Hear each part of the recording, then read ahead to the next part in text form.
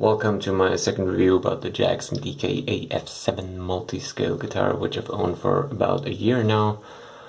Everything important will be at the beginning, and then I will elaborate in great detail about what this guitar can do and what this guitar can not do. Does it gent? Of course it does gent, because you can tune it as long as you want to without any intonation, and you can play all the purposefully awful sounding chords you want to. However, if you want to gent, why do you need 7 strings? 3 will do.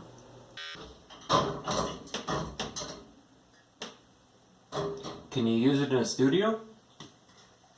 No.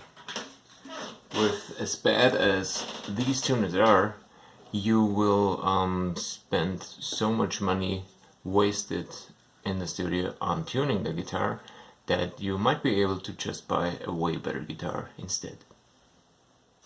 Unless, of course, this is your studio. If you're just recording at home and you got all the time to set your guitar up and tune it over and over and over again, how low can you tune this thing? As far as tuning it lower than standard, you can do it for 2.5 steps. If you're going 3 like me, or deeper than that, I'm already at the very end here with the E. I can still take that little spring out to go a little further back, because right now I'm sharp on all the frets. As far as the B goes, I drilled new holes back here and moved in. How is the hardware?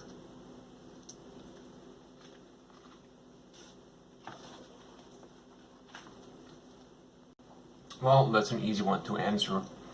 The hardware is the absolute worst, cheapest made, low quality Chinese pot metal garbage.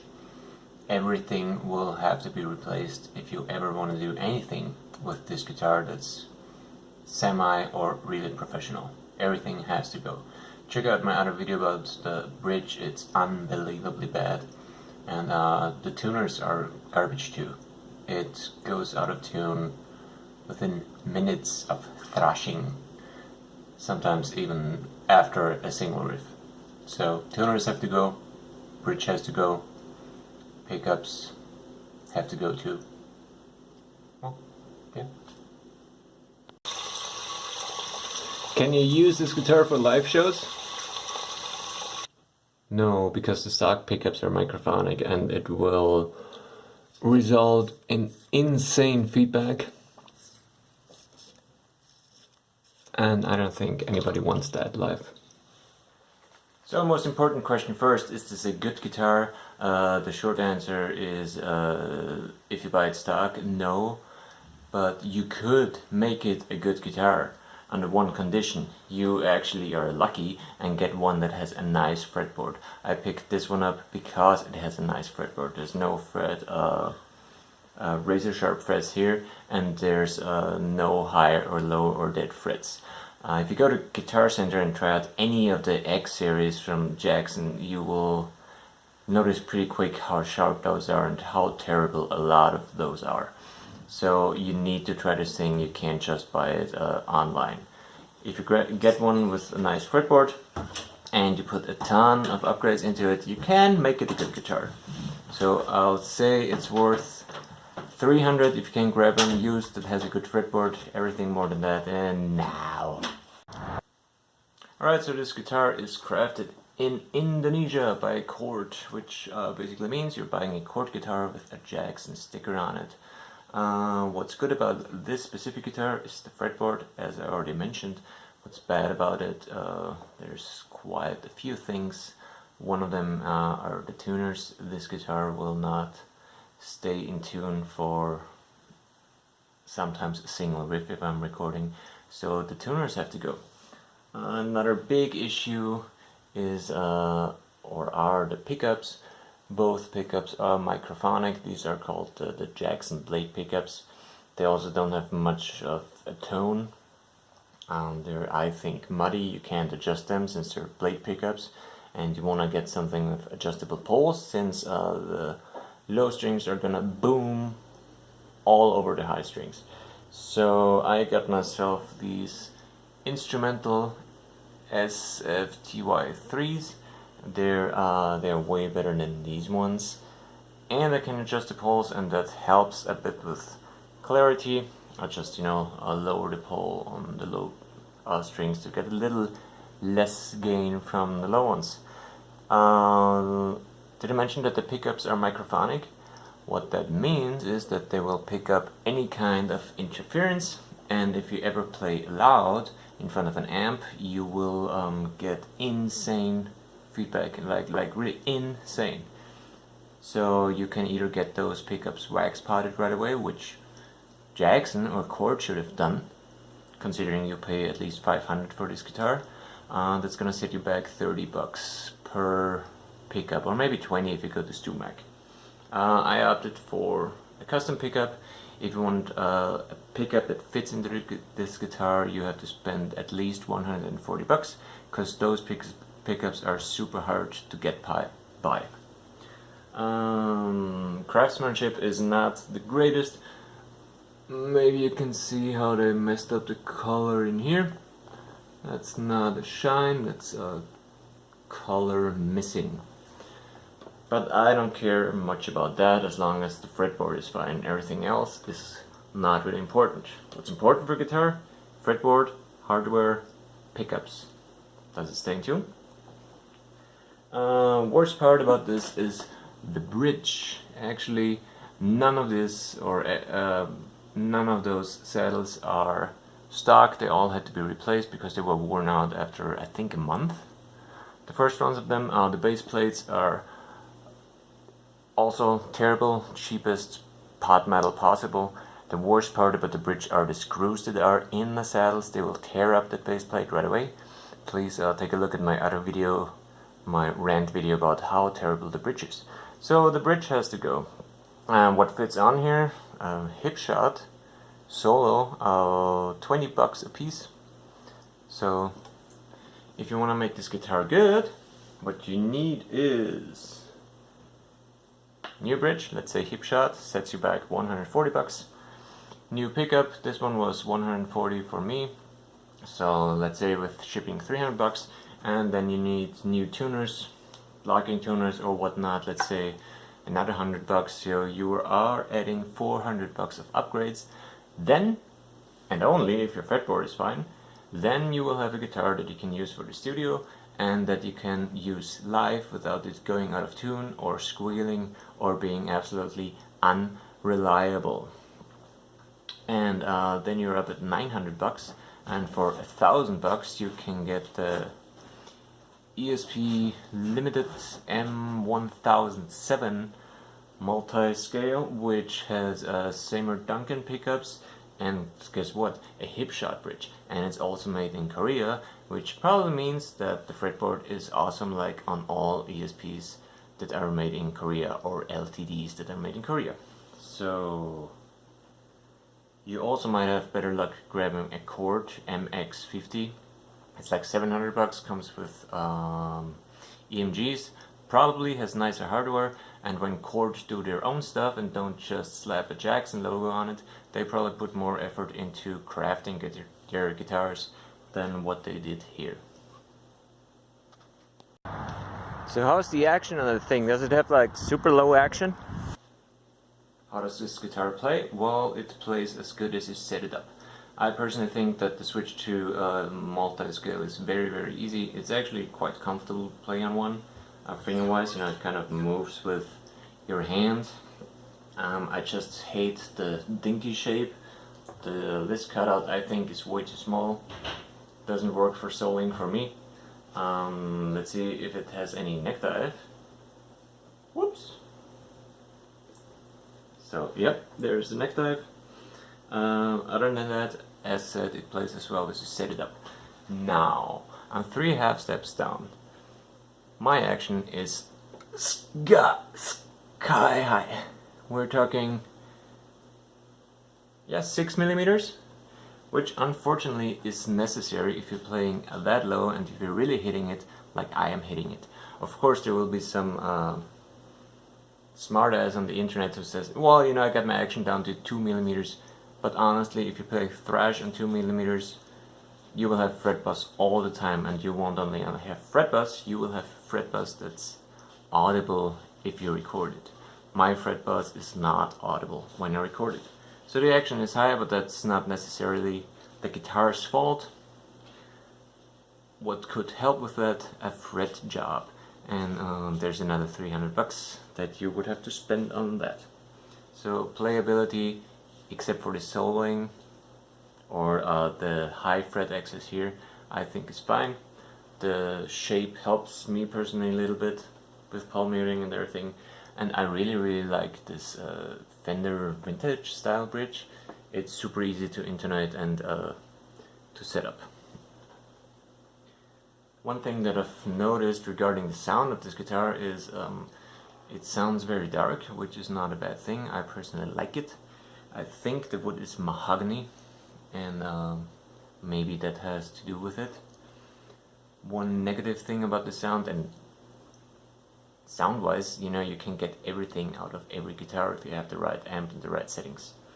Sound-wise, the only thing I'm noticing is if I'm playing the A string super hard, then I'll get the weirdest high-pitched ringing noise. It's almost inaudible, but I can hear it well over headphones. I couldn't hear it at the guitar store when I told them, hey, there's this pinging noise on a Mesa Boogie, but I can hear it on my headphones, and it's not coming from here. So there's really no other places where it would come from. The saddles are fine, I changed those, so maybe it comes from, like, the body where the string comes through, I don't know. But I managed to EQ that out. It's somewhere around 1900 kilohertz, but that's all just tech talk, and it will not be audible to 99% of the general population. So sound-wise, it's what you make of it. I think you can get a really good metal sound with it. Also, of course, I got those instrumental ones that, as said, are better than those farty Jackson ones. So can you play like thrash, death metal, melodic death metal, something really cool? What's a good use for a multiscale? I think a good use for it would be if you're actually using all 7 strings. If you're only tuning lower, to play like death metal and you're not using the higher strings, get a baritone. If you are not soloing, get a baritone. If you are playing most of your stuff on E and occasionally using the low string to have an alternative to, let's say, a high C, let's say like melodic death stuff,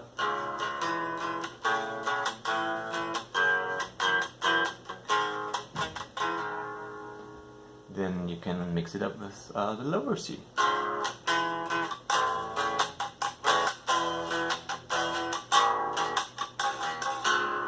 I think that makes a lot of sense, and that's how I am using it. I mostly play thrash or melodic thrash metal, and for riffs like the one in the intro, it makes perfect sense because then I don't have to play it up here.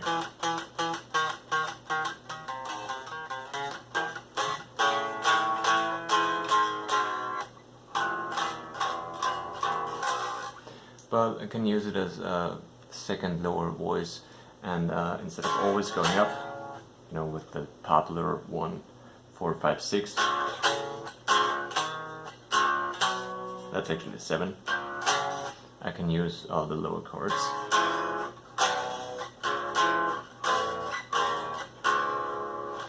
While the music is still based in E, I think that's the best use for multiscale. Also, the longer scale length helps a little bit with fast music. You don't need a longer scale length if you're just playing rock.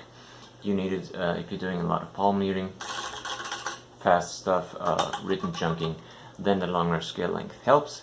If you're not doing any of this, and if you're just playing doom metal, you also don't need a fanfret. A regular one would do. Yeah, so I think a perfect guitar for, let's say, that old In Flames kind of music, and also if you're thrashing and occasionally want to go a little deeper than E. If you're playing on H all the time, B all the time, just, you know, get a baritone. It will be way more efficient, cheaper, and better than getting a fanfret. If you're not soloing, you don't need this either. Alright, so let's see if the longer scale length really adds to clarity on the low registers. First, some riffing on E.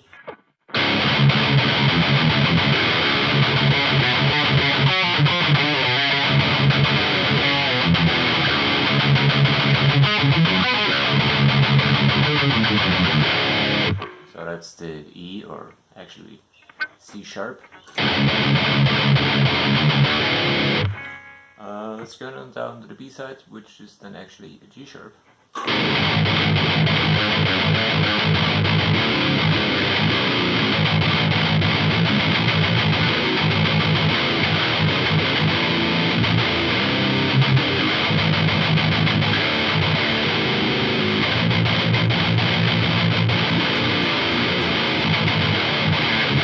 So let's try some lead playing here. I'm not the greatest lead guitarist, but you know, at least you can see where it works well and where not so much.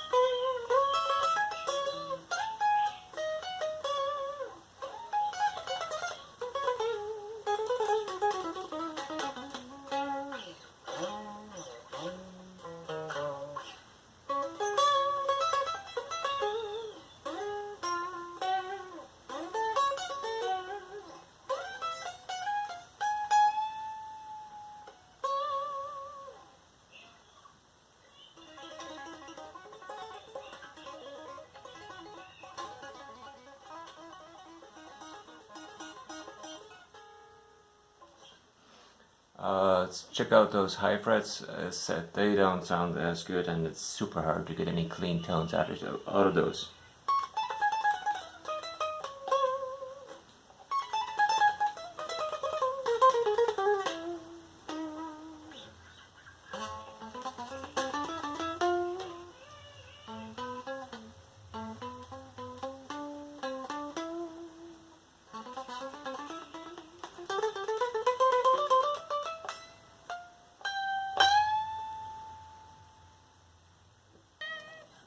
Let's check the fret access on the high frets, something like, you know, like this.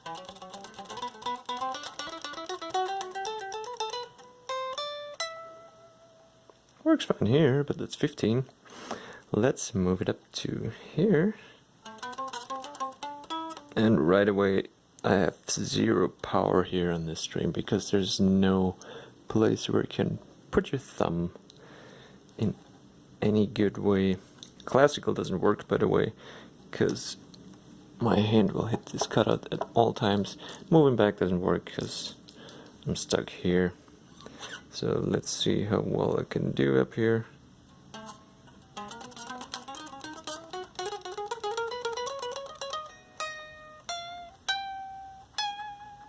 And one higher.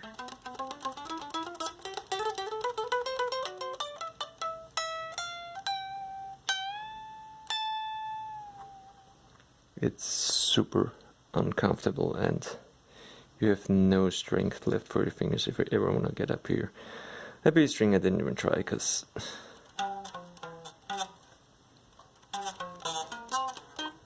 well, there you go. Fret access is terrible.